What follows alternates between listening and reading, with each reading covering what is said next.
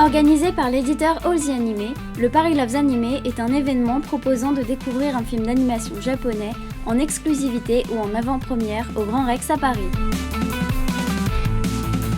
C'est d'ailleurs durant le mois de juillet 2020 qu'a eu lieu les projections des 7 OAV de Mobile Suit Gundam Unicorn pour la première fois sur grand écran, dans le cadre d'un marathon de 3 soirées les 2, 9 et 16 juillet. Ces projections inédites ont eu lieu au Grand Rex à Paris, ainsi que dans 10 autres salles à travers la France via le réseau Kinépolis. Lomme, Metz, Mulhouse, Rouen, Bourgoin, Nancy, Brétigny, Cervon, Fenouillet et Nîmes. Créé en 1979 par Yoshiyuki Tomino ainsi que Hajime Yatate pour le studio Sunrise, avec la première série Mobile Suit Gundam, la franchise Gundam est une des franchises les plus célèbres du Japon depuis plus de 30 ans. Elle enchaîne les séries, les OAV et les films. Malgré son ancienneté, la licence Gundam n'a pas pris une ride grâce à la diversité de ses œuvres. Elle mélange science-fiction, enjeux politiques, écologiques et sociaux majeurs, et en mettant avant tout l'humain au cœur de ses récits et de son intrigue prenante.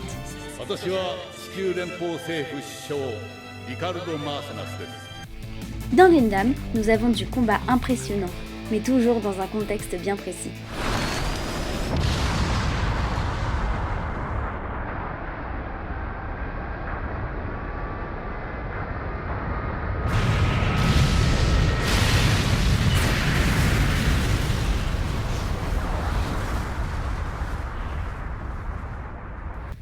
Après avoir projeté les 6 films Mobile Suit Gundam The Origin, Mobile Suit Gundam NT et le film Char contre-attaque, le Paris Loves Anime vous propose ici les 7 OAV de Mobile Suit Gundam Unicorn datant de 2010 et faisant suite ici au film Char contre-attaque. A noter que Gundam Unicorn a également été adapté sous format série de 22 épisodes en 2016, disponible sur Crunchyroll. Siècle universel, année 0096. 3 ans après le dernier conflit entre Néo-Zéon et les forces de la Fédération terrienne, la fragile paix régnant sur la sphère terrestre est à nouveau sur le point d'imploser. Cardeas Vist, dirigeant de la puissante fondation Vist, a décidé de remettre la boîte de la place, supposée renfermer le secret de la prospérité de sa fondation, à l'ennemi, Néo-Zéon. Banagher Lynx, un étudiant de la colonie spatiale Industrial 7, sauve in extremis une mystérieuse jeune fille du nom d'Audrey Byrne. Celle-ci cherche à empêcher une nouvelle guerre, mais il semblerait qu'elle ne soit arrivée trop tard. La colonie de Banagher est dévastée par l'escadron mené par l'armure de combat Kshatriya. Banagher est contraint de se défendre en prenant les commandes d'un formidable mobile suit du nom de Gundam Unicorn.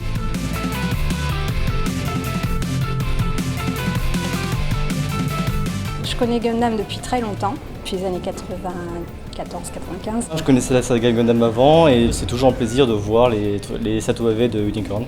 Moi je connaissais avant parce que j'avais commencé avec Gundam Wing sur M6 à l'époque, au début des années 2000.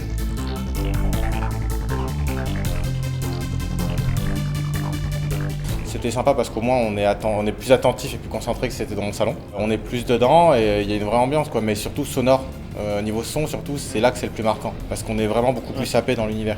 Alors pour moi, Unicorn est fait pour le grand écran. Il rend beaucoup mieux sur grand écran qu'à la télé. Le ciné, c'est clairement une expérience différente.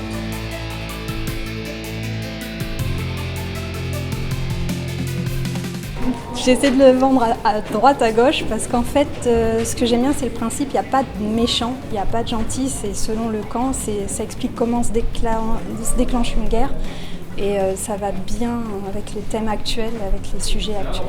Je leur ai proposé de découvrir ça du coup pendant le confinement. Ils ont découvert IBO, Iron Blooded Orphans, qui est une des séries on va dire les plus récentes. C'était une porte d'entrée de l'univers Gundam du coup pour mes amis. Et puis comme on commençait à regarder Unicorn chez moi, de temps en temps un épisode par-ci par-là, surtout parce que c'est sur Netflix, derrière en fait on s'était dit que le regarder dans des conditions au cinéma ici ça pouvait être intéressant.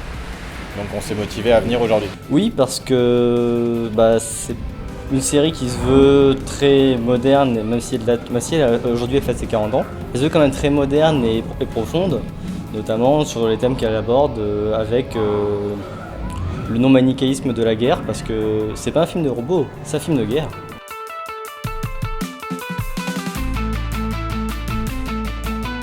Alors Hathaway et puis Endless Waltz, Wing. Bah, le prochain qui va sortir avec le film Dataway. Et après, je sais pas s'il y a des projections spéciales, par exemple avec la série Gundam Iron Blood Orphan ou d'autres choses, je dirais absolument pas non. Peut-être le film Gundam Wing, le film Endless Waltz, peut-être, parce que la qualité de l'animation était pas mal. En plus, c'est pas très, l'intrigue n'est pas forcément très complexe. Ou les 3 premiers films de la saga. Parce que là, ça peut motiver pas mal de gens à venir, et les 3 premiers films sont vraiment accessibles. Alors que les films Zeta, si on ne connaît pas la série, c'est mort. C'est plus un récap pour ceux qui ont déjà vu Zeta, alors que les films Gundam résument très bien la première série. Si vous aussi vous souhaitez découvrir encore plus de films d'animation japonaise au Grand Rex, rendez-vous au Paris Loves Animé. Pour s'informer des prochaines séances, rendez-vous sur le site et la page Facebook officielle de l'événement. Hâte de vous y voir!